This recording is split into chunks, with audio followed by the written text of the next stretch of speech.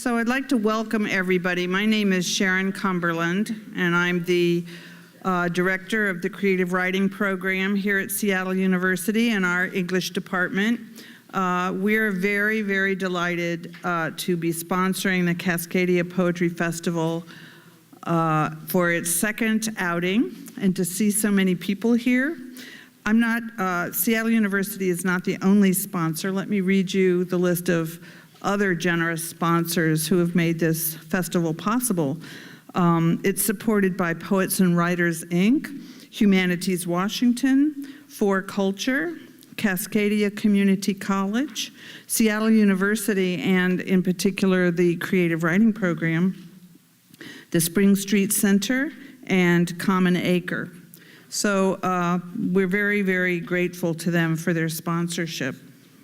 So I'd like to tell you one reason why it's so appropriate to have the Cascadia Poetry Fest here, and that is that the father of Cascadia, David McCloskey, is an emeritus professor of Seattle University, and he was still here and teaching when I came to Seattle U in 1994, and that's when I learned about the Cascadia bioregion and how important it is to understand our region in terms of our ecosystem. So it's my pleasure also to introduce to you for this evening Paul Nelson.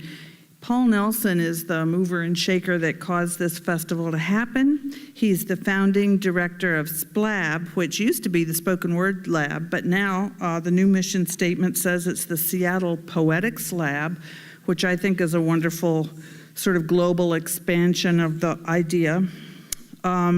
This SPLAB, the purpose of SPLAB is to promote spoken word poetry, to develop resources for poetry and poetry audiences, to build community through shared experiences of the spoken and written word. And I think that this festival is a powerful testament to the success of creating a poetry community where we can reinforce each other, develop audiences, and find out what each other is doing. So let's all welcome Paul Nelson.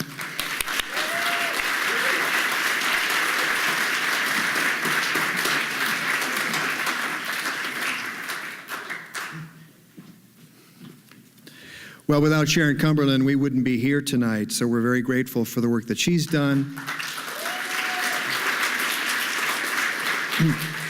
We're grateful to Seattle University for providing this incredibly beautiful space. This is just really first class. The last Cascadia Poetry Festival happened in a former elementary school classroom and across the hall in the gymnasium where basketball happened and a fight broke out. And so fights will be happening later, but take them off campus, please, if you could do that. And stay away from the Chihuly, too. That would be trouble if anything happened to that.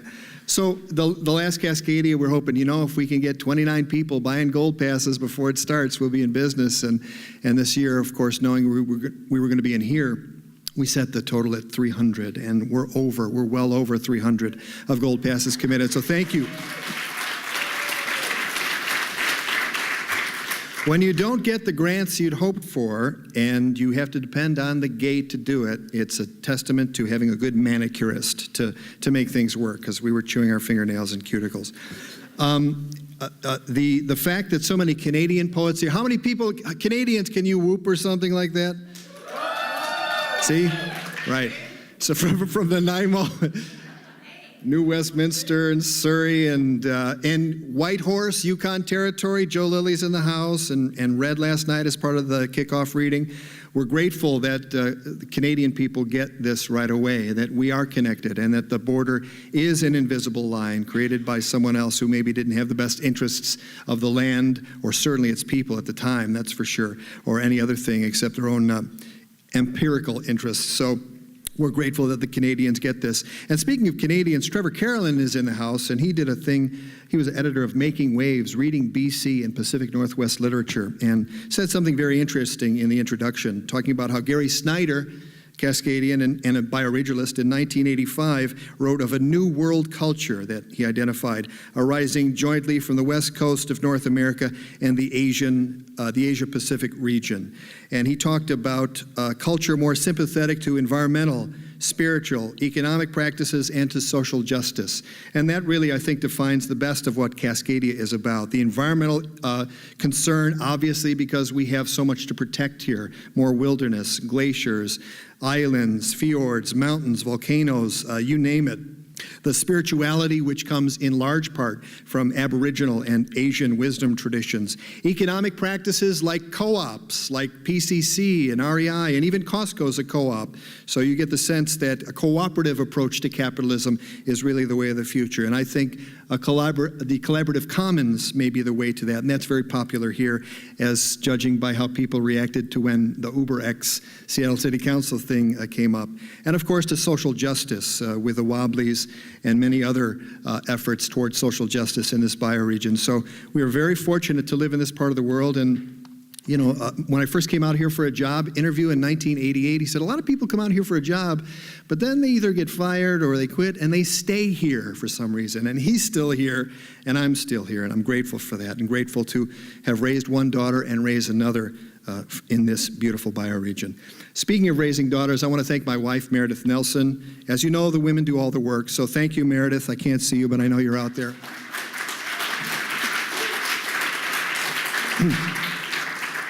Without her, it still would have happened, but it would have been really ugly, I think. So, we have 5 poets tonight, 5 brilliant poets, and the first of which is Emily Kendal Frey, and she's from Portland. She's the author of the full-length poetry collection, The Grief Performance, and her new one, Sorrow Arrow, which I just bought at Open Books a couple of days ago. She's the author of many chapbooks and chapbook collaborations. The Grief Performance was selected for the Cleveland State Poetry Center's first book prize in 2010 by Pulitzer Prize-winning poet Ray Armantrout, who called it, quote, a performance of grief and dread as a graceful dance. She's a Seattle native, now living in Portland. She comes from a very literary and Cascadian family, as her mother did a book on the late environmentalist Hazel Wolf, who was active as an environmentalist till age 100. Incredible. Susan Starbuck is Emily's mom, and Emily's stunning wit is illustrated in lines such as, your self-hatred has lost its perfection. To combine wit, gratitude, perception, a great ear, and an incredible sense of surprise seems almost unfair in a poet so young, but we won't complain about that. Please welcome Emily Kendal Frey.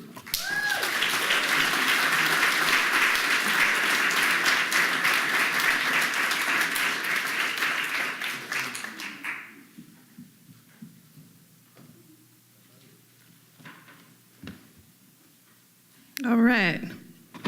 I can't see you, but I love you. You can write that in a poem if you want. I'm really happy to be here. I really love to support what Paul does. Paul's so important to our community. And it's really thrilling to be here and read in my hometown. Okay.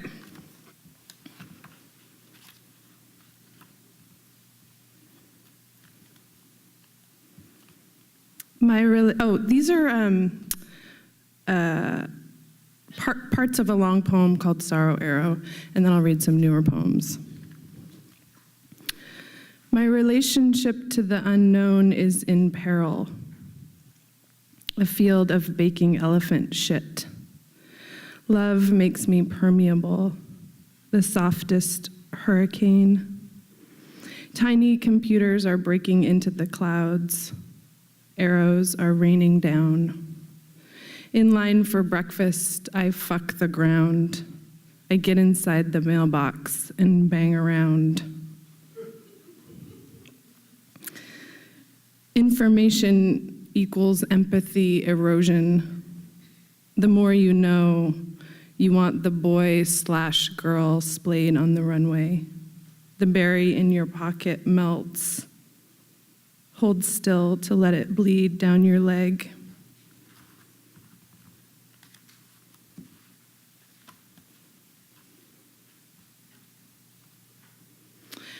haven't yet perfected a system, well, for any of this.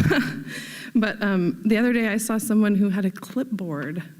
Have you ever seen a poet give a reading with a clipboard? You have? I hadn't. I was so envious. So next time you see me, I'm going to have a clipboard. Mark my words. Okay. Our whole lives were going to be metal towers rising out of the wasteland. How long must we wait to be abandoned? Who reads books about gardening? You just put your hands in the dirt. It's not that I'm better, but that my love is thicker. I disavow what I say when leaving the cavern. Remember my love letter, burning like a planet in a drawer? Is anyone ready for anything? Readying, I stare at the ceiling from my crib. Blue velvet curtains, my father singing, my mother in the garden, hopeful as a Marxist. Science is facts without value, spectrometer of joy. In the park, I gnaw grass, man with spiked leather jacket taking self-portraits. It's arbitrary. If I let go, a burnished rainbow. Apparently, I never finished my essay called The Value of Love. 3 ferns outside your house, symmetrical and reaching. I loved you instantly.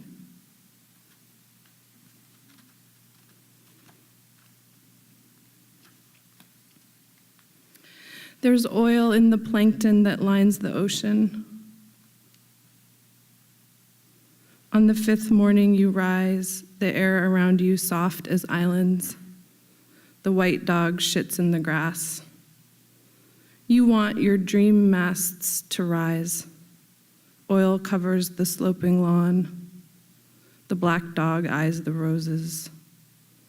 You want to put the cold egg of her breast in your mouth.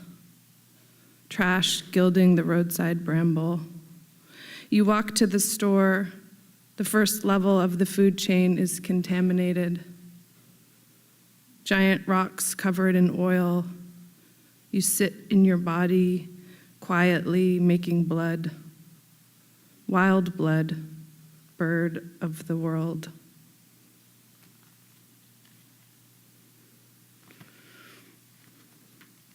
Can't see ya, still can't see ya, but still love you. Okay. Can I still write that, Nicole? Yes. There are birds in the Madrid airport. Also, a lot of ham.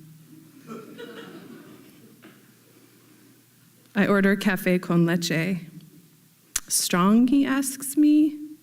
Yes, strong, I say. Is anything funny anymore? In Milan, people had good eye contact. We found a glasses store. You look bad, he said, in those. Try this. I want to look smarter, but I have near perfect vision. Europe has no children, no girls anyway, a few boys eating sandwiches. I tried to have good posture as I slept. I know my mouth hung open a little. In Italy, my sister is eating a digestive cracker.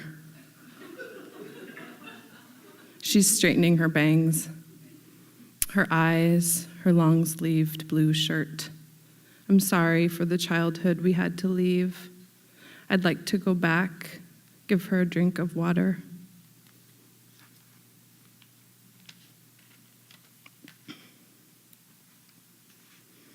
Sometimes I want fewer choices, asparagus or a baby with wings. You returning with a bag of books, another you the green of your eyes, watery astral bodies. Another me, less furiously edged. I waited by the back door. People moaned by, broke bottles. My father in the strawberries, tattooing a reservoir on my chest.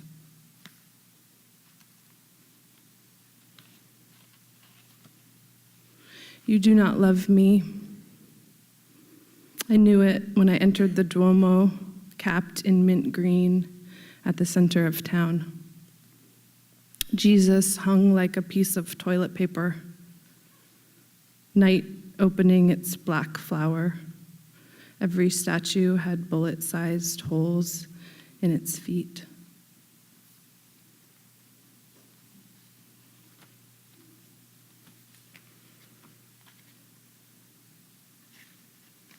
Okay, just a few more of these ones.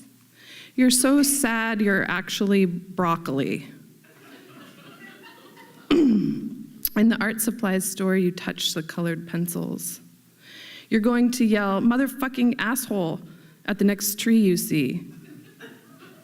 Cut in half at the armpits, glass of milk.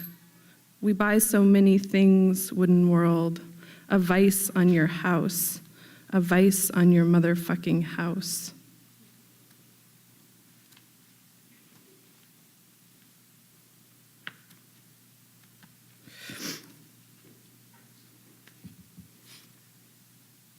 Once my sister stopped eating. Small wagon. There was a place in the neighborhood called Silence Heart Nest. Sweet milky rice. Sometimes I walk so far for so long that the chalk in my mouth changes to metal. I make a baby and shoot it with my sorrow arrow. You can laugh anytime. Feel free. All right, one more of these, and then I have like 2 new ones. I have no idea about the time, but I think that will be good. I sat next to a man on the shuttle bus. "Alan?" I said to him, but it wasn't Alan. I kept reading the book. You don't want to think about the things I want to think about. No wonder bugs die. When I call an image to mind, it's often your wrist and cheap watch. Tomorrow I'll march proudly into the day, words streaming behind me, and birds will want to shit on my shoulder. The sky will be lavender. It has no choice. Who are all of these people with guns and actual backgrounds? I feel like an unsent fax.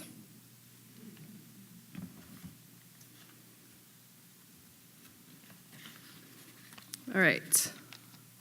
So I went to the ocean, and I'm obsessed with the ocean. I can't stop writing about the ocean. I think I brought some ocean poems. This is called Let Love Die. We've been young for so long. When given the chance to throw half into a canyon, I choose the internet. I save the wolves for my pants. I put you in a river and name it not flowing. I buy up a block of Arby's and eat dry meat powder until my mom and my mom's mom come back. In line, I look down so they can't see me looking. I can't die faster, but I'm trying.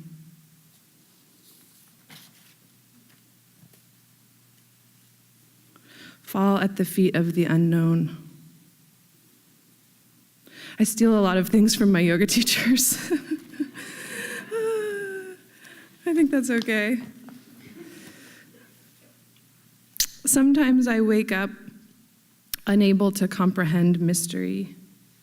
The neighbors are mean old ghosts in young bodies. My hands belong to a clown, making the ugliest balloon animals. Not a thing I want to mother lives in me. The blood moon, not bloody enough. I would shave a section from the planet, let it fall and rattle off, hope it destroys a star.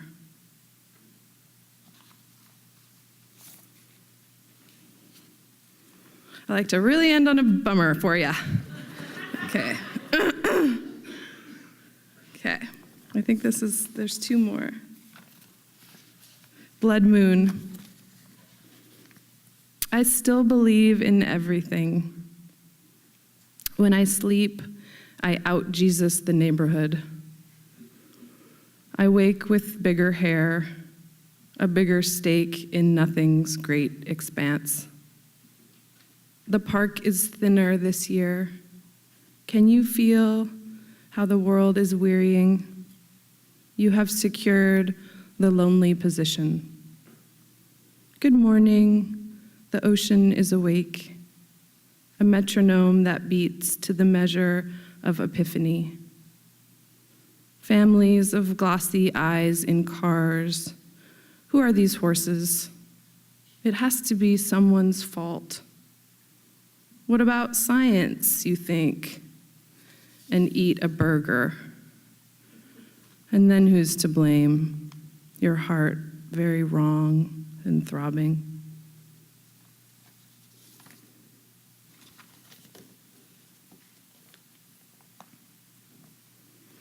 We fear real pain, so we make fake pain. Everything I am afraid of is on this bus. The stars come on like grow lights, wet milk. If a person loves you, this does not mean you are a good person. It may make you worse. You come out into the field with an arm up, victorious. Now you light a big green halo and wear it burning. I am the beloved, you say. Under the seat are bottles, stubs, and a magnificent clod of human hair. Thank you.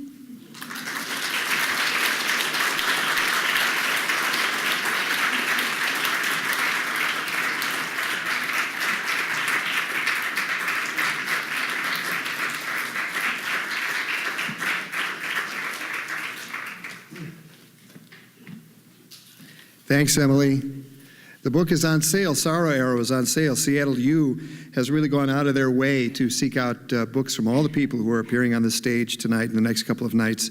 So thank you to William Cannon and the Seattle U Bookstore, who've really gone out of their way to do it in the best way possible. So buy books, and there's a small press fair, and that's helped make this go and helped to pay the poets. So please go out here with an armload of books, and we'll all be very happy about that.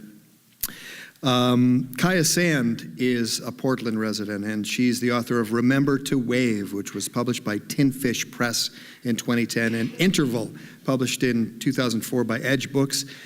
That was named Small Press Traffic Book of the Year. She's the co-author with Jules Boykoff of Landscapes of Dissent, and her new collection, A Tale of Magicians Who Puffed Up Money That Lost Its Puff, is forthcoming with Tin Fish, the amazing Tin Fish Press, with Susan Schultz in Hawaii.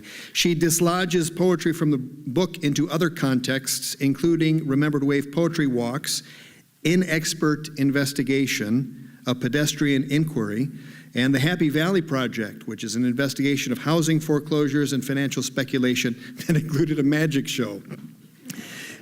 In collaboration with another artist, she's artist in residence at the City of Portland Archives and Record Center, commissioned by the Regional Arts and Cultural Council. They're creating the Watcher Files Project. It's an engagement with surveillance documents, which were collected by the Portland Police Bureau on civic and activist groups in the 60s, 70s, and 80s. You know, these real dangerous pro-peace pacifist types. She's resident poet for Portland State University in the honors program there. Her projects are documented at kaiasand.net. That she combines innovative poetry with hands-on activism steeped in a tremendous sense of justice demonstrates some of the deepest strains of what makes this bioregion unique in the spirit of the Wobblies, as I mentioned, and other relentless activists. To combine innovative poetry and activism like it may not be done elsewhere in the bioregion is this woman. Please welcome Kaia Sand.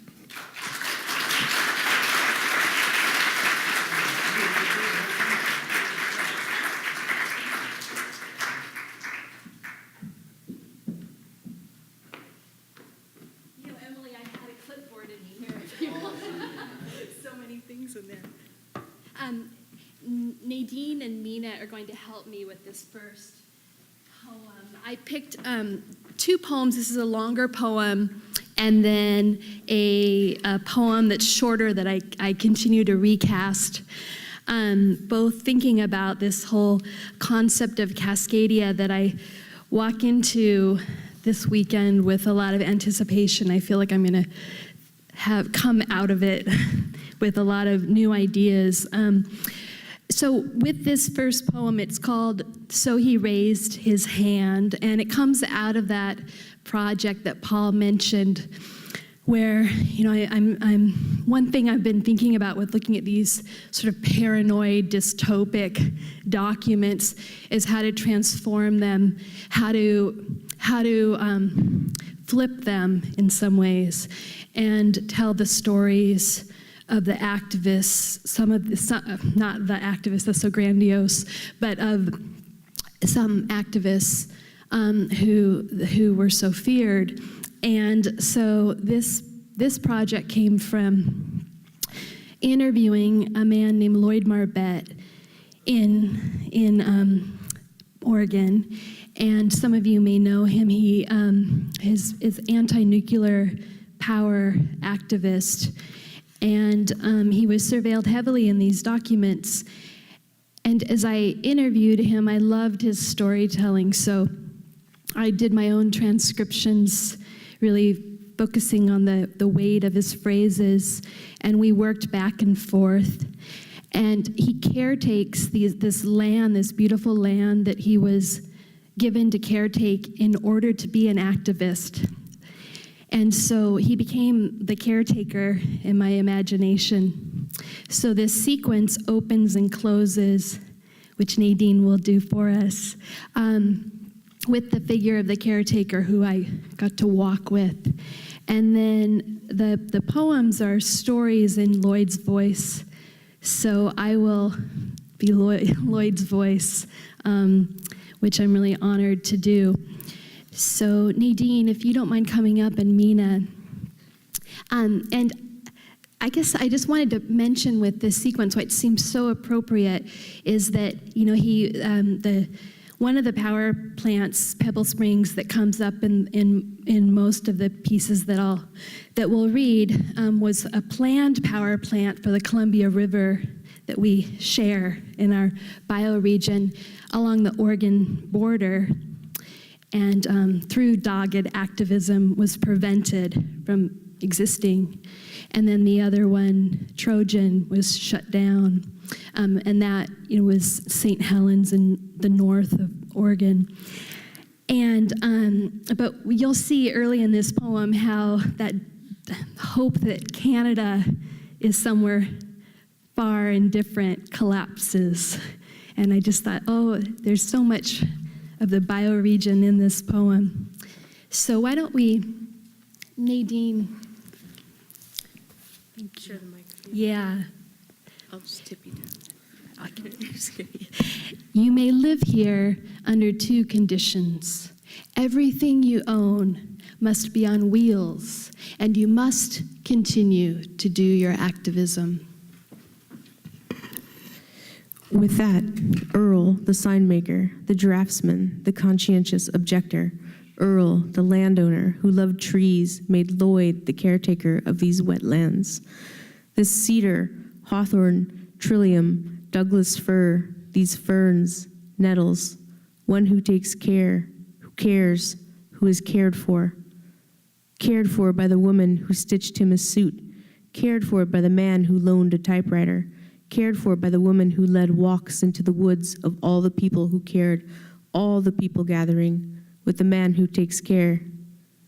It was 1969 when the caretaker drove into Hood River and met an old man who sold plums, a man who could neither read nor write, a man who knew how to grow and love his plum trees.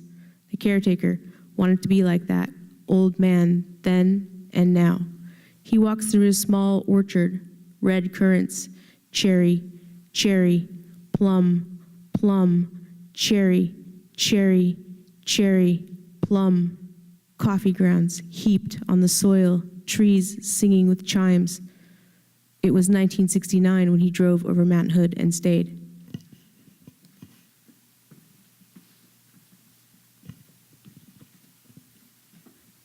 The only thing he had left was to see if it was true. Diane brought home The Perils of the Peaceful Atom by Elizabeth Hogan and Richard Curtis. Here we were bringing new life into this world. Our daughter had not yet been born, and I didn't have a critical awareness about nuclear power. I'll never forget, I was sitting at a table in the shotgun house we were living in on 54th and Steel in Southeast Portland. I got about 5 chapters into this book when I suggested we move to Canada if PGE built Trojan. Yes, that's what we ought to do, said Diane. I turned the page, and the title of the next chapter was, Don't Bother Running. I was a rat in a corner. I'd been halfway around the world, drove boats for the war in Vietnam, but only just then, while reading this book, did I realize that by God, the earth really was a closed life support system. There was no going to Canada. Canada wasn't going to escape what happened if Trojan melted down. The only thing I had left was to find out if it was true. I started going to the library, educating myself about nuclear power. Then I picked up the habit of going to public hearings. It seemed a good place to share these concerns. He had to see if it was true. He had to see if it was true. So he read some books and read some more. He had to change what it was he knew. So he raised his hand. PGE decided to build a new nuclear plant after Trojan. There were all kinds of ideas burning cooking on the burners of these utilities about future energy demands. They projected we'd need 20 nuclear plants in the Pacific Northwest. So I show up at a state board licensing hearing for the proposed Boardman nuclear plant, and the hearing officer asks, who's here that wants to intervene? I'm looking around, waiting for someone to raise their hand, but nobody did. So I raised my hand, thinking I'll find someone else to take my place. I handwrote a petition to intervene, then went to find the lawyers who had challenged Trojan, but they were tired and worn down. I was wondering what the hell I was going to do. I got a notice to show up at an elementary school in Boardman for the evidentiary hearing. I didn't own a car, so I bought a Greyhound ticket, but I was so flustered by everything, I got the date wrong and arrived the day before the hearing was to take place. I slept that night on a beach by the Columbia River, showed up at the hearing disheveled as hell and feeling a whole bunch of fear. They started the hearing and got to the point where they were to decide if I could intervene, and just then, my fear overran me. I can't do this. Are you sure, Mr. Marbet? I just felt like I didn't know what I was doing. They happily dismissed my application. So he raised his hand, feeling a whole bunch of fear. So he raised his hand, and he never quit after that. He was sitting in the audience, feeling ashamed. I was sitting in the audience, watching the hearing proceed without me, and feeling ashamed of myself, feeling like I had betrayed the concerns growing inside me. What happened next was a great unforeseen miracle. PGE had proposed building this nuclear plant next to a naval bombing range. Even though they were all saying at the time that nuclear plants could withstand anything, the Siting Council decided that accidentally bombing a nuclear plant could be a problem. So they announced that same day they weren't going to let it happen. Bam, just like that, the hearing was over. PGE reapplied to build the Pebble Springs nuclear plant 25 miles away in Arlington, and I was honing my typing skills, and I made my next petition to intervene in the Pebble Springs licensing hearings. I never quit after that. I taught myself administrative law. I learned to make motions. I learned to do legal research. Utility lawyers are like rare butterflies. Public citizens can't afford rare butterflies. So I made myself into another kind of rare butterfly, a citizen intervener.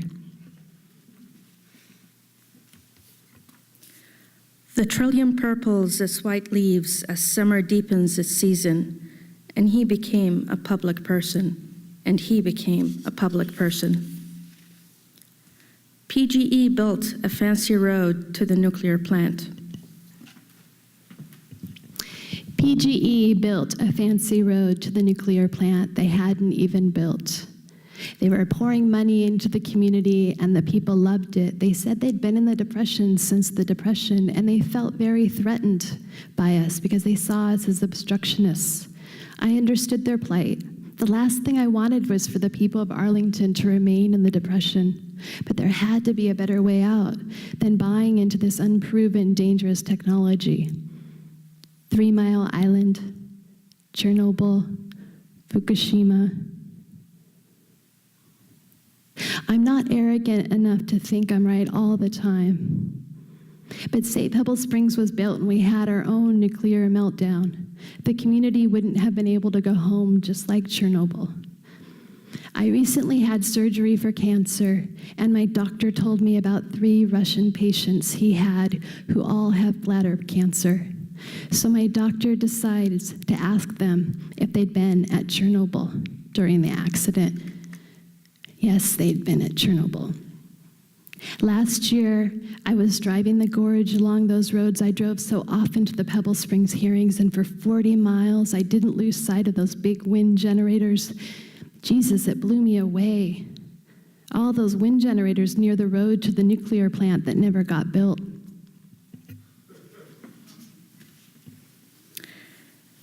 Now go follow that road.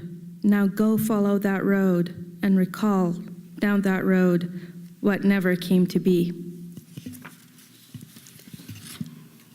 So he goes on to tell this story of how a document was leaked from the Nuclear Regulatory Commission that Trojan was unsafe, and then he engaged with others in civil disobedience, blocking the gates of Trojan.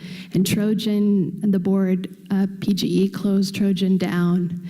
And so I will then finish with the final story of this sequence. Every time they lost. Every time we lost, every time we lost. You would think losing is such a heavy thing. When I started petitioning, someone spit in my face. I remember thinking at the time, I'm never going out to get another signature. Boy, was I wrong about that. We'd get the signatures, run the campaigns, but all PGE's money would overwash us. They broke every spending record in every election we put them through. 3 different elections we tried to close Trojan down, and they beat us.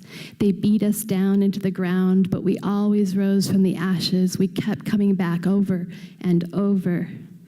They knew we were all still out there, and they knew we'd be back, and we would become more powerful than before. Every time they lost, every time they lost, every time they lost, every time more powerful than before.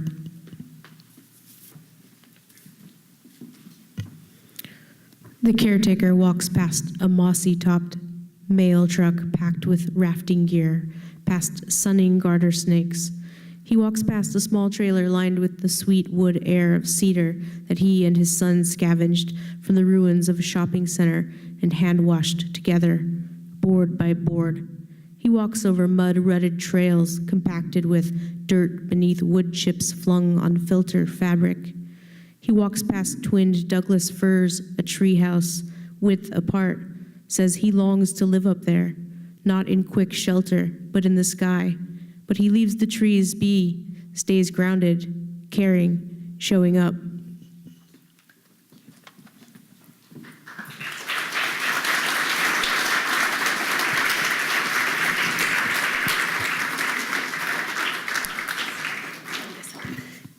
We struggle with podiums. I always want to just get closer.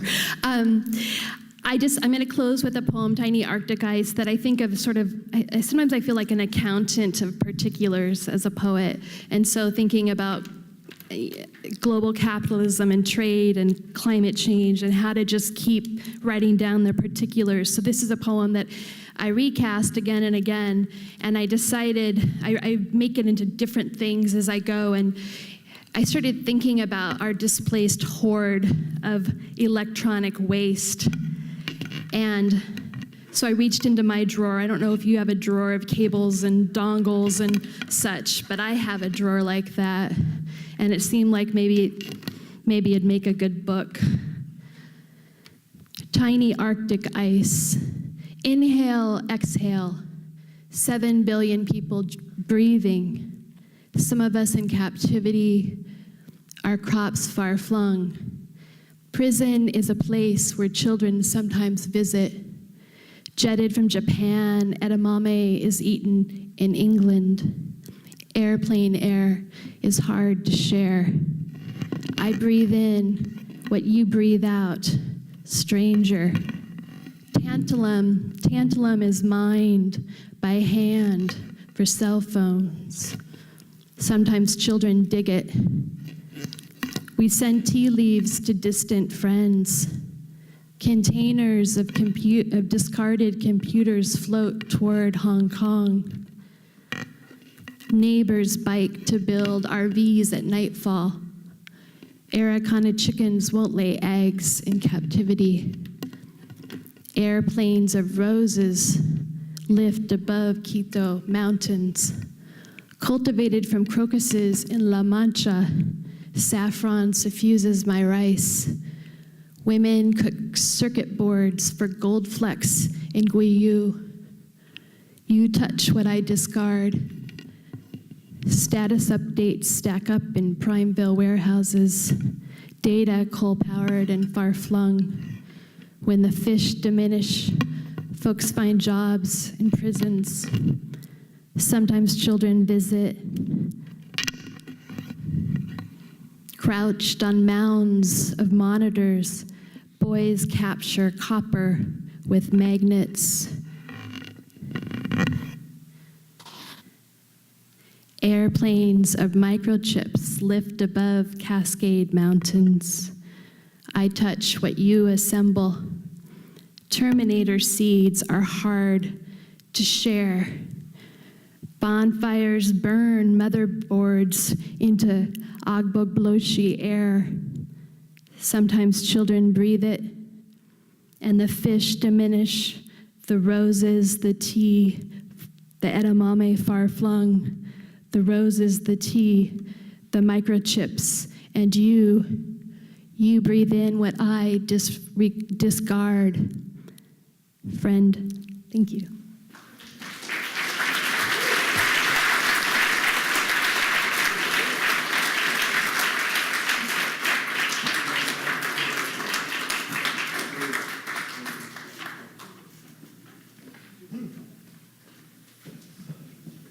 Kaia Sand.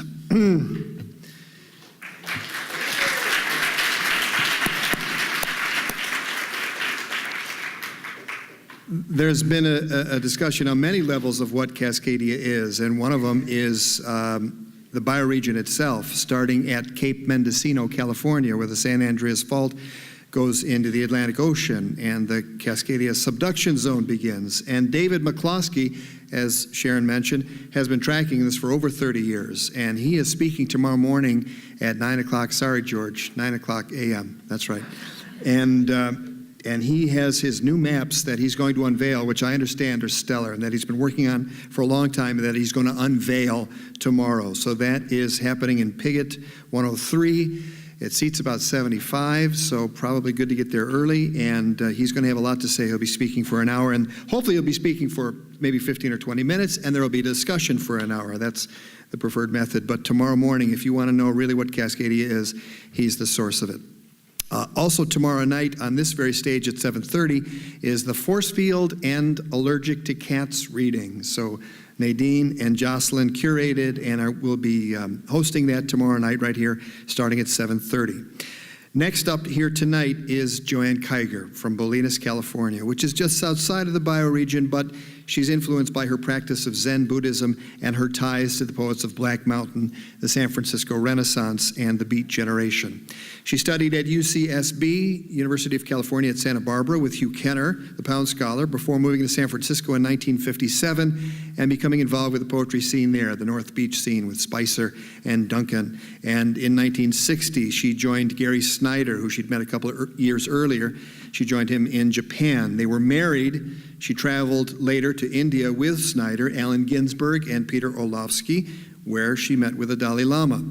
Her first book, The Tapestry and the Web, was published in 1965, and she has published more than 20 books of poetry, Going On, Selected Poems, 1958-1980, Just Space, Poems, 1979 to 1989. She's taught at the Jack Kerouac School of Disembodied Poetics of the Naropa Institute in Boulder many times. I think she was there this last summer. In 2000, her 1981 collection of autobiographical writings was republished as Strange Big Moon, Japan and India Journals, which Anne Waldman called one of the finest books ever in the genre of journal writing. As Ever, Selected Poems was published by Penguin, and her most recent book is About Now, Collected Poems from the National Poetry Foundation in Maine.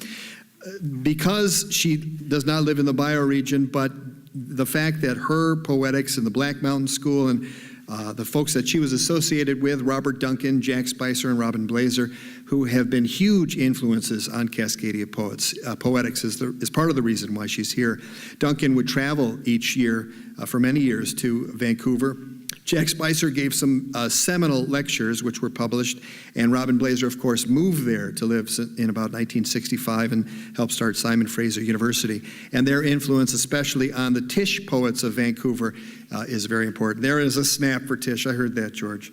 But Joanne's gentle perception, her love for the things like the energetic meanness of, say, Shonagon's list of hateful things, which was a lot of fun this morning in the workshop, and her dedication to the life of a poet are all part of why we not only invited her to be part of this celebration and investigation of Cascadia poetry, but why we wanted to honor her for being here and coming to Seattle. Please welcome Joanne Kyger.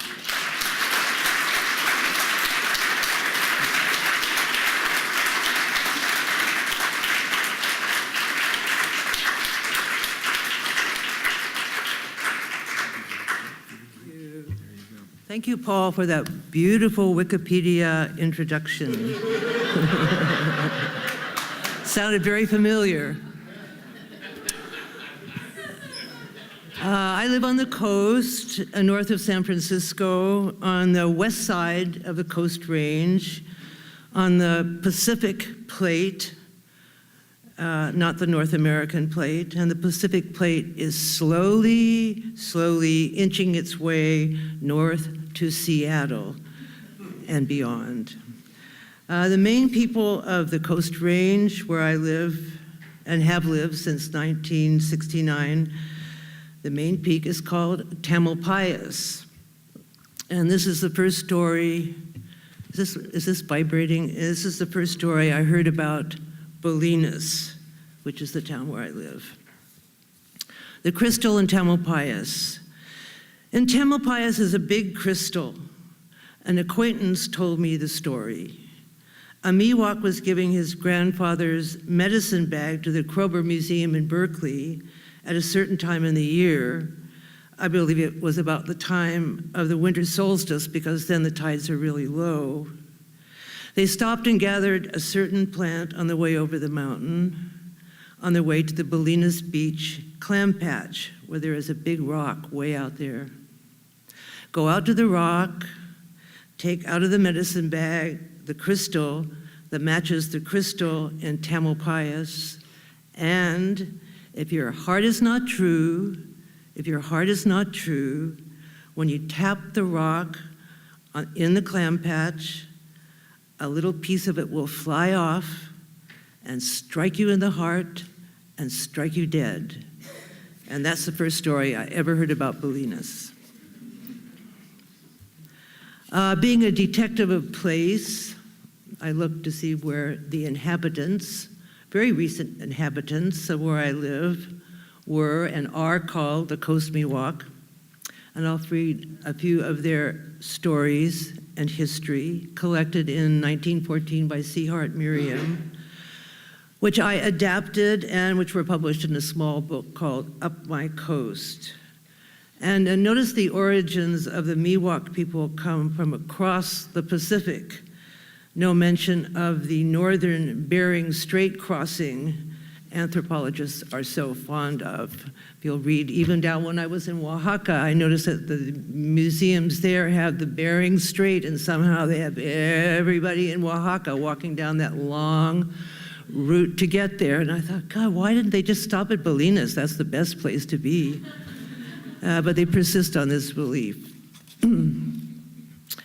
First, there were the first people, and the first people changed into trees, plants, rocks, stars, rain, hail, and animals. And then the animals made our people. Light comes from Sun Woman, whose body is covered with shining abalone shells. She came across the Pacific on a raft. So did Coyote. Sun Woman kept on going. Come back. Coyote sent some people to get her back, so she wouldn't come back. So Coyote sent enough men to bring her back whether she wanted to or not. They tied her in ropes and brought her back to make sun for her people. She was so bright it was hard to look at her. The people began to walk around and find things to eat, for now they could see. When the first person died, Lizard Man felt real bad and set to work to bring him back to life. But Meadowlark came and drove him away, saying, "People no good, people smell. When they die, they better stay dead." Coyote was sitting on top of Sonoma Peak, and the earth was all covered with water. He got there from across the ocean on his raft of tules and split sticks. A feather comes floating up from the west too. "Hi, who are you?" And the feather doesn't answer. So Coyote tells him all about his families and friends and what's happening. And the feather leaps up and says, "I'm Falcon, Weck Weck, your grandson, wow." So they talk every day, and after a while, Coyote Man notices Frog Woman always just jumping out of hand. But the water started to go down after 4 days, and it took her longer to leap to the water, so Coyote caught her. And when he caught her, imagine his surprise. She was his own wife from over the ocean. Small world. Meadowlark Man can be a pain in the ass. He already said people couldn't come to life again on the 3rd day or the 4th day, and he talks too much and gossips and says awful things to the people. He says, "I know what you're up to. You're really stingy. You're only dark on the outside. Under your skin, you're as white and mean as a white man." Nobody laughs at that. When people die, their ghost crosses the ocean over the path of the wind to the village of the dead. Sometimes they come back and dance in the roundhouse. You can't see them, but you can hear them.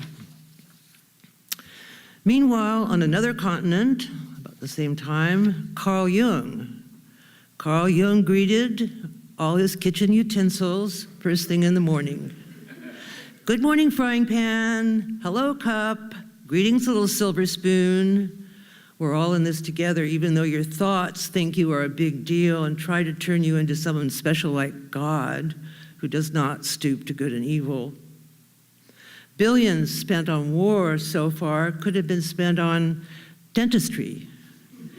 Cannot hide from a sorrow and danger of invading a country like a video game, or that media news becomes your life. The poison oak turning red in the continuity of the underbrush, everlasting pearly wisdom receding like crazy. Really, can't see a foot ahead of me, not sun nor moon nor stars. So there we are in this dim light, contemplating the agro-terrors of biotech corn, or the Phytophthora ramorum pathogen which strikes an oak to sudden death. Peering at concepts like dangerous democracies, peering out from under the covers, in the season of the fog. And a flashback. In 1962, when I was leaving India with Gary Snyder, I saw a necklace called a beggar's necklace made of semi-precious stones that I wanted. Gary said, yes, you can buy it if you learn the real names of all the stones. Never pass up an opportunity for self-education. The New Yorker magazine is doing a profile of Snyder, and I told the reporter Dana Goodyear this story and showed her the necklace. A New Yorker fact checker, Chris Jennings, called me up yesterday and wanted to know how many different stones there were in the necklace. Dana wrote there were dozens. I went and got the necklace and counted the different kinds of stones over the phone to the fact checker. 8 different kinds of stones: red, orange, green, milky white, blue, mossy green, mottled brown, glittery rust. And a flash forward to 2012 from a little book called 2012. You are in search of some simple ways to reach your home. It's called Wild Current is Blooming Pink, The Odyssey by Random Chance. You are in search of some simple way to reach your home, but the old gods reach out with their stories and resentments, and so your journey will be troublesome and, frankly, endless, for you will go on to meet people who have never heard of you, caught inland by the outgoing long tide, where you will find a place to plant some seeds and tell your story all over again, and give a bit of sacrifice so those dead ones can speak again. Early breakfast with morning dove. See what happens when you waddle around beneath the bird seed table, waiting for a handout. You've become a sitting duck, a pile of tiny gray feathers. A hawk's breakfast. Everything I know about you guys is wrong. Exhausting the intellect and imagination, what's left? The flicker walks on the grass and then freezes still. Ask, do I? This is a chance to practice meditation. He's my teacher, listening for worms turning. In a dry and merciless reality, you are what remains. Romantic, half human, half bird, and a headdress of crazy colored feathers. Careful steps to bring in the sun's pale silk of the summer's new year, stitched with meadow wildflowers. Finally, a breath moves around the garden.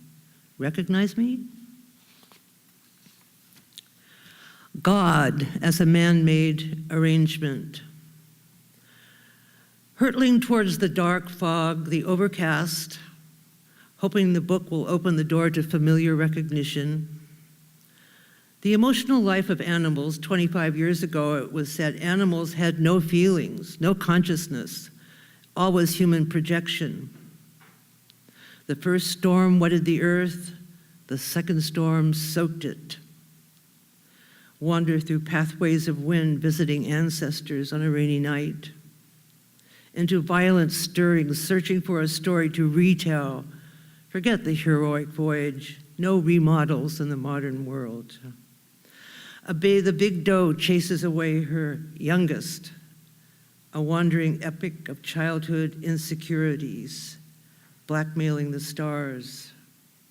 Here's the sun broke through the lousy world debt, illuminating equally lousy investments that work out extra great if a calamity occurs.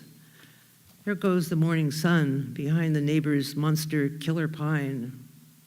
The ashes need to be cleared out of the stove. Seeing the old year out. Good Lord, all this teetering on the new definition of edge. How will we ever get in and out of town when the sea rises through the marshy end of the lagoon, exiled through the change of government bought and sold by words too shrewd to evaluate?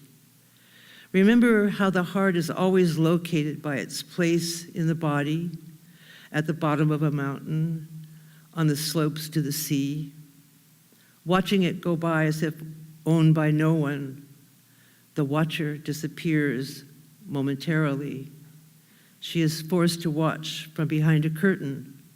She can't go out by herself to see the red starfish, longing for the elixir of the moment, looking for next year's wisdom now that we're a year older. So open your book and dream what is written.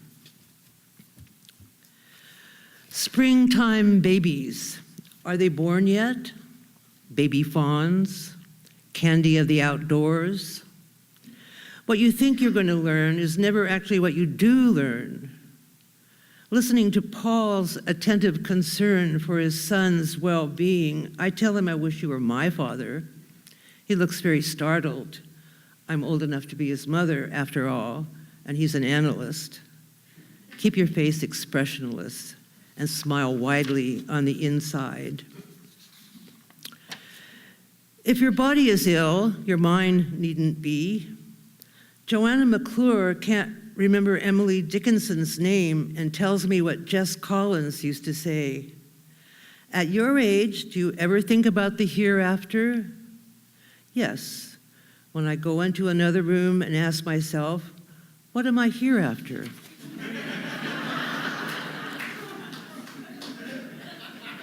After having my teeth cleaned. Day after day, they're numbered, even if you live in the now. I don't want to pursue you if you don't think this way, but really, how else can you make history unless you see time pass by with its chronology of cause and effect? A large willow branch breaks in the wind, now cut into pieces to burn when it dries during the summer's cold mornings. Night Palace. The best thing about the past is that it's over when you die. You wake up from the dream. That's your life. Then you grow up and get to be post-human in a past that keeps happening ahead of you. Thank you.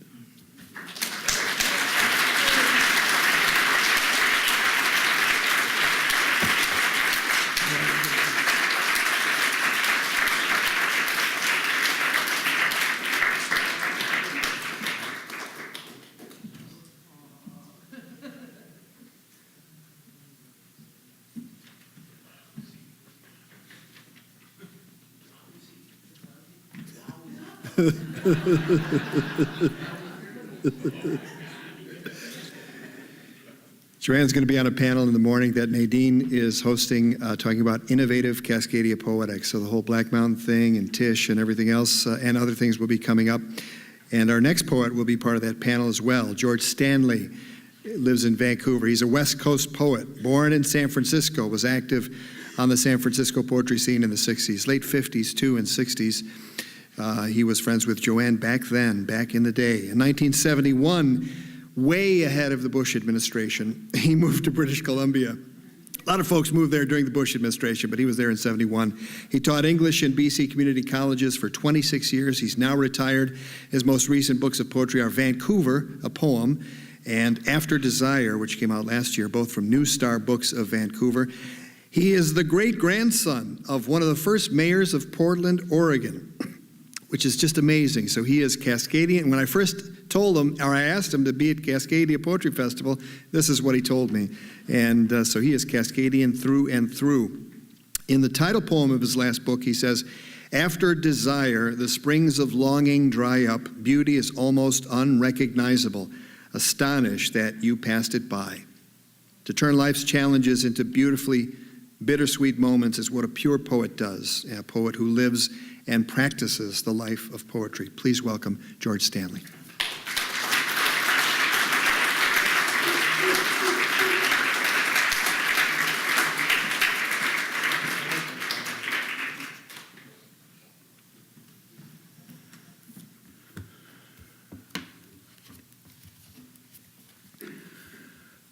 It's 25 years now since the fall of the Berlin Wall.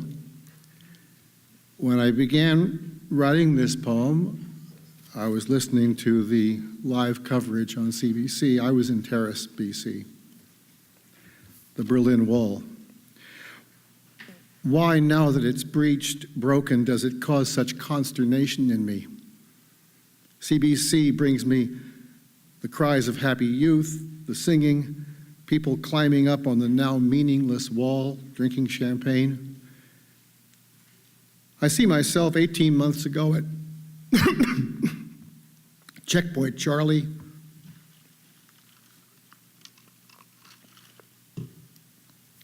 Hurrying across the street to avoid the grisly American Museum. In the narrow corridor, slipped my Canadian passport under glass to the unsmiling, visor-capped, uniformed young official. He inserts a visa, passes it back, a loud buzzer sounds. A door swings open into the next holding pen. Exchange west marks for east marks, another buzzer, another door, a block or so of speed bumps and barriers to control cars. Then on Friedrichstrasse, I stand, an official, legal visitor to the Deutsche Demokratische Republik, approved museum goer, cafe patron, flaneur. The past is a prison I long for. The past is a holding pen. The past is eternity, because I did not die then. Now youth breaks out of Kreuzberg and Wedding, out of Pankau on the east side no longer, flows unchecked across the border, smashes the rest of the broken wall even to widen the space, and something in my old heart wants to stop it, wants to retain the orderly street, the fading state offices, gilt-scrolled windows resembling banking rooms that defined my ordinary middle-aged eternity. My stroll wants to put the wall back as if time would stop. As if when I went to Vancouver next week, there might be a wall, a part of the city I could not enter except by passing through the approved crossing point, Broadway and Clark. Answering personal questions, giving bona fides of my existence, then emerging on the far side, the good side, the dream side, knowing myself to be a good citizen, inspected, therefore respected, and that the state, either of them, would protect me from death. If the young can be kept from knowing their power, which is the power of time, if they can be made to accept the reigning system, one memo, one regulation at a time, with its bullshit rationale, then the old will not die.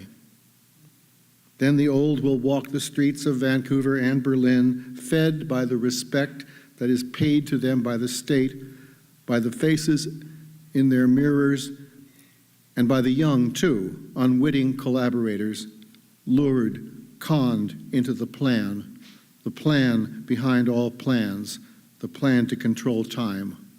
We need not die, though we are very old. And you may remain children, adult children. One more decade, one more year of eternity. But the reasons wear thin, become disconnected from the hours of the day and the night. The places where assent had been given are unattended. A detour is found. The young see each other, not pictures of the old. Then the wall falls. One less memory is real, one patch of ground liberated. And the old must learn that history is not their house. They must learn, like the young, to live by their wits.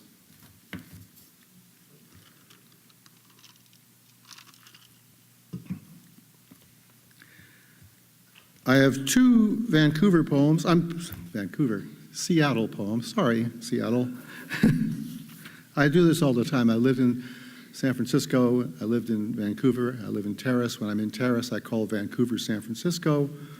When I'm in Vancouver, I call San Francisco Terrace.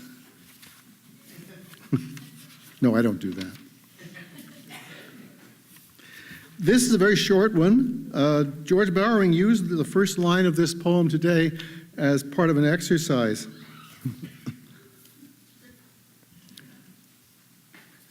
It's called Outside the Kingdom, which kind of dates me, doesn't it? Outside the Kingdom, a guy with a UCLA Bruins t-shirt and a cap of some other team wants to be part of it. This big vacant space we've come to love because it gives us vantage. How to cheat death except to build hell outside its gates after the game. The ticket stubs and other stuff blown idly about by the teenage wind.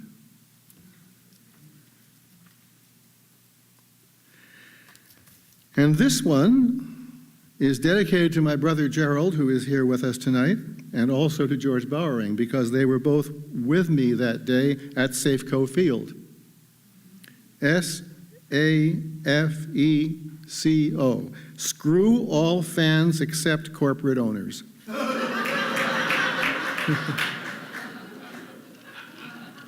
Paul, you didn't list Safeco as one of the sponsors of this conference. Good.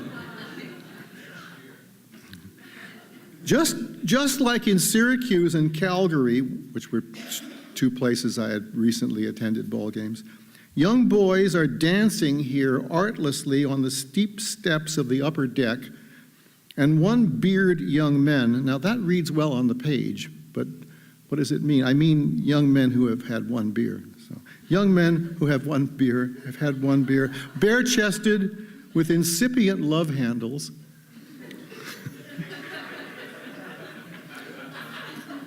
punch the air and push their hips forward.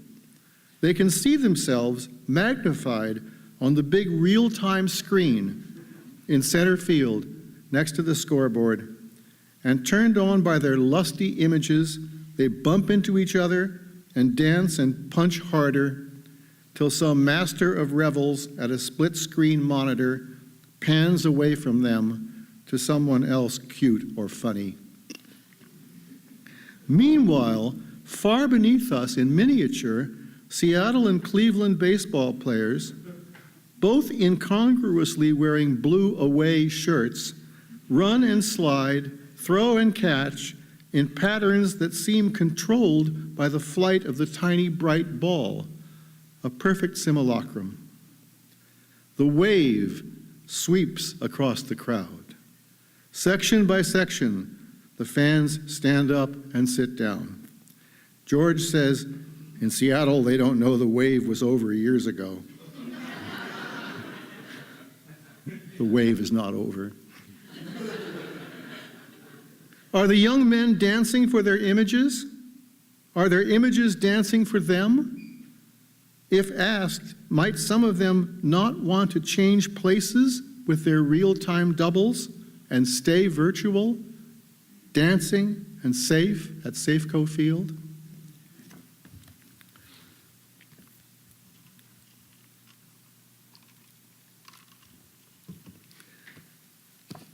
Okay, I'm going to read some poems from my newest book called After Desire.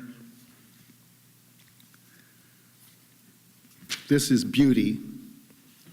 At a sushi joint I went to infrequently, there was a waiter I called Beauty. I was tickled by his dark eyes and his hip-length black apron. I thought his dad must have been Russian. He was so tall. He only ever served me once. When I'd pass by the restaurant, I'd always look in to see if Beauty was there. There was another waiter looked like Beauty. Sometimes at first I'd think he was Beauty, but then he'd come toward the window, showing some customers to a table, and I could see it wasn't Beauty.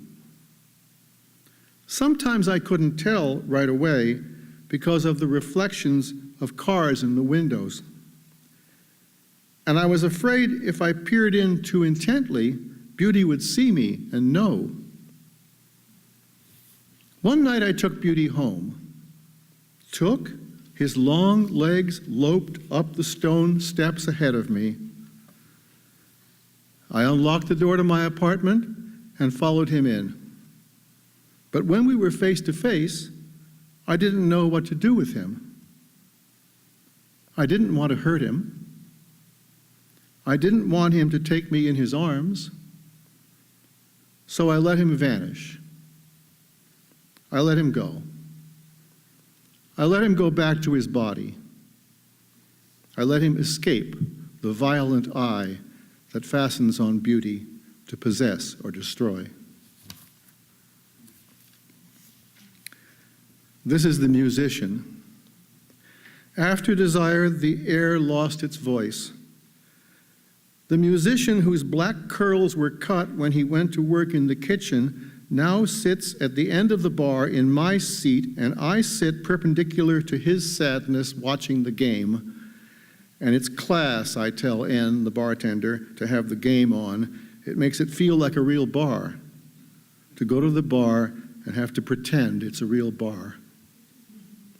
Not to have to pretend, the musician looks straight ahead in his sadness. I hear all kinds of voices here, especially Jack's. Always a bad sign. Tells me I'm pretending to write a poem. Jack would say, "Where are the musician's black curls? Do you wear one on the corner of your heart?" And sometimes he doesn't show up for the gong show. If he reads this, he would know. And then this is Jack. Jack, dead at 40, sees me, 73, in the Bowering bar, waiting for something to happen. There isn't even a game on, just poker stars.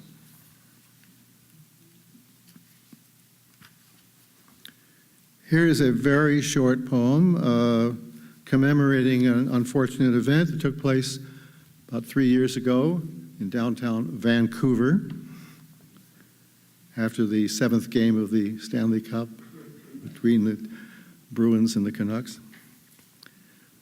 Why do they riot? They're lonely. Their souls are lonely. Their selves are on Facebook.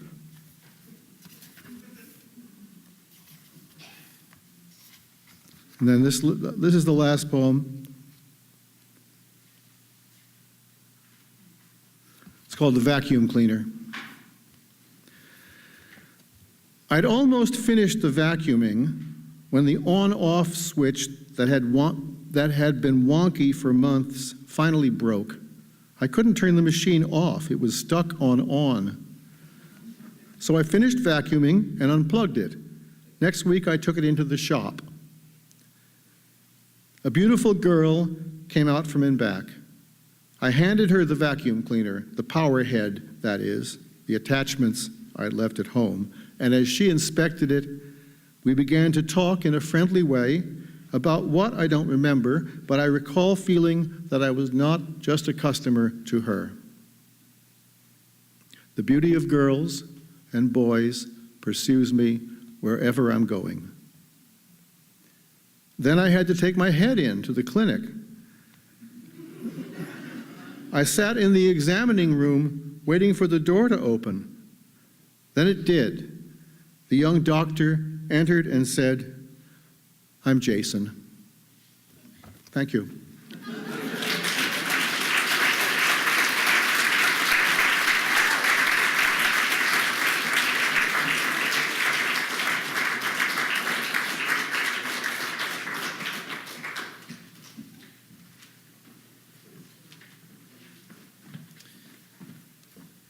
So Joanne and George and Stephen Collis and Gene Huving on the panel tomorrow at 10:20 in Pigot 103. Thanks, George. George Stanley, please, let's give him another hand.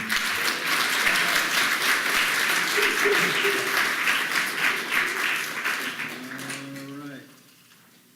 One more poet, and he is George Bowering from Vancouver, a prolific Canadian novelist, poet, historian, and biographer, Canada's first parliamentary poet laureate.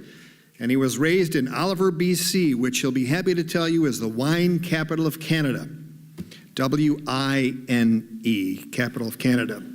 The author of more than 100 books. He's one of the best known of a group of young poets who studied together at UBC in the 50s. They founded the journal Tish there. He is an officer of the Order of Canada. In 2004, was awarded the Order of British Columbia. There may not be a writer more versatile in so many genres, essays, exemplified by the brilliant Craft Slices, which I went to Abe Books to try and find out how much it is, and it's $65 to get a copy of Craft Slices. It ought to be in print again. Fiction, westerns, essays, remarkable poetry such as the Chapbook a Month Project, My Darling Nellie Gray, which came out of his first New Year's resolution in 2006 when he wrote a one-page poem every day and then a chapbook every month for that year, and then put out a book after that, the whole year in one book, about 365 pages or so. Fred Waugh says his acute sense of language, style, and possibility, his ear for words and rhythms, shows a process for literary imagination that's open and generative and so frequently provocative. There may be no more innovative and influential movement in Cascadia poetry than Tish, and we're delighted to present him. Haven't we yet learned to choose joy over drama, is what he once said. Please welcome George Bowering.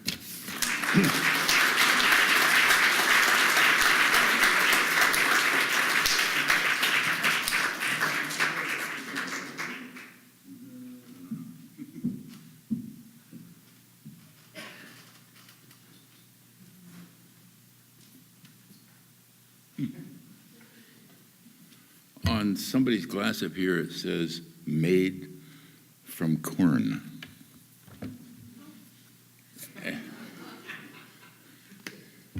I like that stuff too.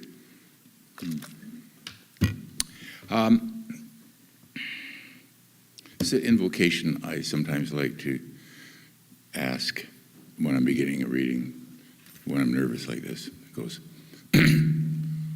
O Lord, if I have but one life to live, I hope this ain't it.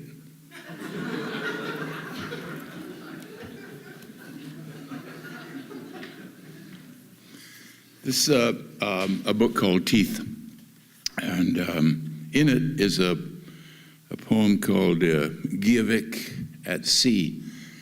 It's Gyavik, the French poet. His name was Eugenie Gyavik, but he just called himself Gyavik.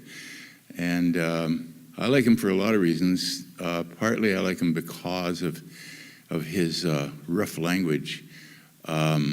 He's not like your namby-pamby French poet, right?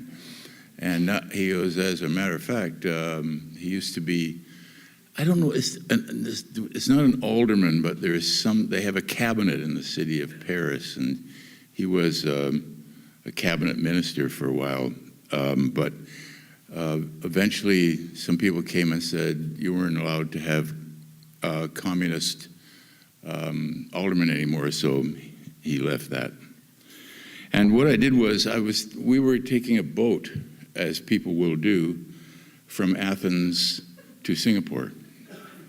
And I brought along a collection of Gyavik's poetry in short poems in French, and decided to take him along on the voyage. And so I translated the poems into English, and I made them occur on the same boat that we were on. And there are various ways of doing translations, and one of the great translators in Canada once said that probably the one that you want to stay away from is the one in which you go word for word between the two languages. And she has created a person who's also a translator named Elisa Sampedrine. Is that totally fictional? And I start this poem, Gyavik at Sea, with the translation from Elisa Sampedrine, who was a translator between two languages, neither of which she knew. Anyway, she says in this little quotation, I don't know why it's appended to this poem other than as a kind of a gesture towards her creator, surely it cannot be born, this primate's unction. Athens. You want to talk about a corpse in Athens? A corpse full of pain, walking in the scrawny green park? You bet. The world's great in summer. People love it.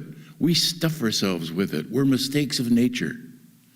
We're only afraid of things that growl at us. Monsters totally out of sympathy with humans. We better make peace with heaven. Yes, sir, Greece is big, full of time, carries a long gun, doesn't have a high opinion of you, could drop you in boiling water. Just felt like that was like pure Guyavic, but I don't know French, so a lot of it could be and might not be. Cairo. So I wrote one a day of these. Cairo. Some monsters are very nice. They edge up to you with tender eyes and snuggle under your sweater, push their chubby breasts against you. One night in Cairo, where everything was fine with the galaxy, where fiery stones kept repeating their foolish trajectories, I saw those monsters congratulate one another. Keep saying, geez, I want something to happen at the end of this poem. It's not going to happen. The Bitter Lake. The Bitter Lake is when you take the Suez Canal, about 2/3 of the way south, there's a big lake in the middle of it. And when we were there, the ships that were coming south created a flotilla so that there wouldn't be single ships coming out where the pirates were at the bottom. And we didn't know it at the time, but one of the ships in that group did get attacked. But we were feeling pretty safe because what pirates are going to capture a cruise ship? And they're going to come up on deck and all these whining 80-year-olds are going to say, I want my ice cream, and stuff like that. So we felt very safe about that. Oh, yeah. The Bitter Lake. He's not flopping around here anymore. That guy who was enamored of the game and thought about losing his yellow pudding at the foot of the arbor, he's undone in despair, stumbling down the canal to arrive at the Bitter Lake and pardon its lovely miracle. The Red Sea for Jamie Reed. It's out of meat that blood pours. Oh, that's so true, isn't it? I wish somebody else had written that line. It's out of meat that blood pours, out of meat, where the miracle I mentioned oozes, the incomprehensible energy of corpses. It's happening again, a surge from the well at the bottom of your eye. You can caress someone's flank once again. You can raise your head one more time and lift a Red Sea chanty against fate. That had to do with the pirates. Okay. Bumpy ocean. I am not a really, really good sailor. I find myself lying down in my bed a lot on boats. Can he live up to his rep, this seasick poet on the couch? Well, she isn't a crime, his Oread. She's a dream. It's in a thin old forest she reclines, losing sight of the grove, and her bumpy ocean is bereft of power now. She doesn't need anything else. She won't do anything else. She is in her given environs. She fits right in. That's also a translation of a famous poem by H.D. Gulf of Aden. When that oozing monster who sleeps among fossils at the sea's floor rises and looks about, the Gulf of Aden, for instance, the stars at the fold of heaven are frozen, and along comes this snuffler, step by step. The dead eyes of 100,000 corpses drop into nearby currents and float away, float away. You can tell we really enjoyed that cruise a lot. Arabian Peninsula. I haven't got a clue when I started. It must have been about 30 seconds ago, I guess. But I'm not going to be able to get to the end of this. I'll just go for a little while. And too bad, too, because the end of it is the best part. I'm not saying that because this book is for sale here. It's not. And in fact, it's not for sale anywhere as far as I know. Arabian Peninsula, 1. We always used to do that, remember? You get poets up there say 1. It's, oh, Jesus. Remember that? Yeah. It's not even fun, this poem, but it's fun reading it. The armoire was made of stone. See, Gievic was the only poet I know that could write a line like that if he did.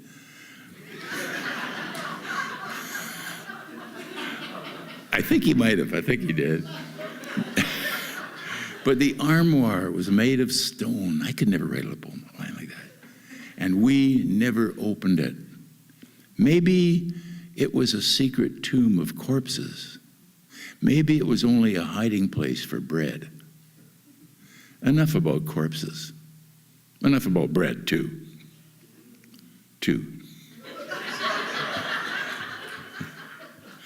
Fancy clothes made of second-hand lace, white as the waves below Arabia. You are newcomers among us. We have enough layers of time hanging here. Why are we all talking about time? It's weird, isn't it? I guess it's an old poetry thing. I want to get to Dubai, because Dubai is, I think, like, I've been all around the world. In fact, this trip was a trip around the world. We went around the world. So I've been all over the world, and except Mississippi. And Dubai is, by a long shot, the worst place in the world. Arabian Sea, stone country, country full of catastrophe, rolling down behind us. This land, it's an irritated throat longing for milk, a woman without a male, Colleen like a lass boiling in Oman. This land without breeze, without music of survival, face like a judge. What happened, we couldn't go to Oman because, well, the ship, I think, was American in some way, and no, we could go to Oman. We couldn't go to the place before that, Yemen. Yeah, because Yemen is like, it's where the president sends pilotless planes to kill other Americans. You remember that? But a woman was dying on the boat. And it so happened, and we came in close to land, and I thought, we weren't supposed to come in close to land here. It's not on the schedule. It was the south coast of Oman. But there are a lot of American air bases and so forth in Oman. So she was taken off and taken to some military base, and we found out later that she died anyway. Blood is a complicated liquid that circles around. It is a red that no one sees any more often than the peninsula's field of scattered moons. Blood contains corpses numbered by mysterious people who know the formula. It is our blood. It is the mama who flies and always returns, who feeds us. Blood sings to herself with confidence or hums an overture. The blood of a car crash youth is not the same, glistening on the pavement, as the blood of a youth who died for liberty, expiring on his particular pavement. They are, each in his own way, the other side of being red, the other side of those people weeping.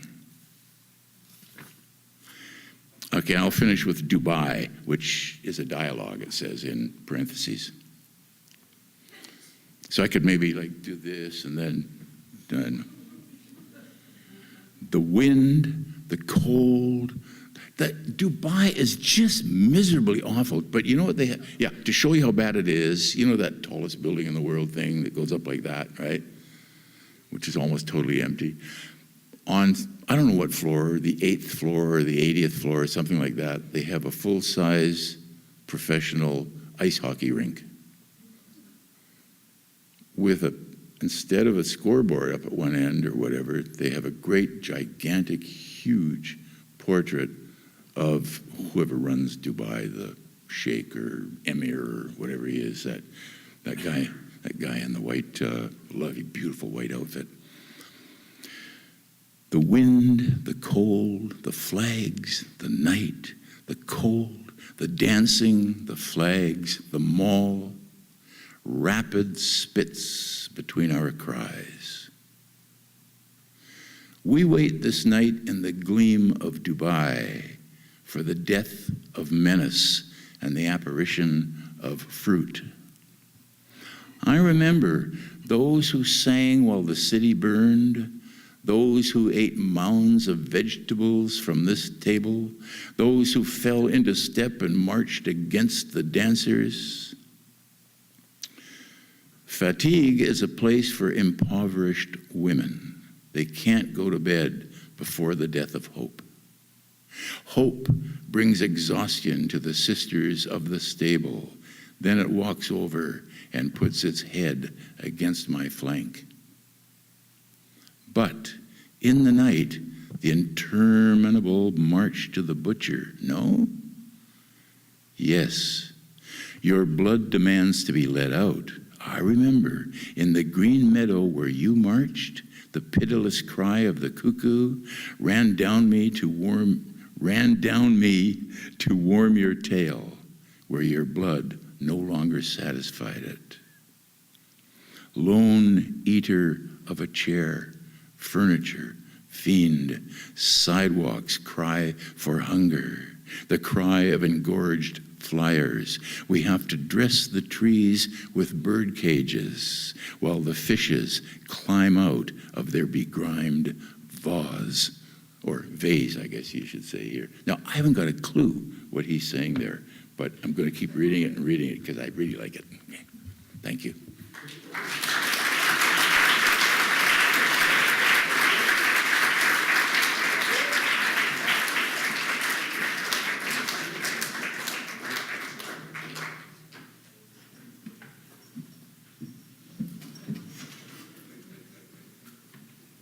Our keynote reading. Let's have a hand for all the poets tonight. Emily Kendal Frey, Kaia Sand, Joanne Kyger, George Stanley, George Bowering.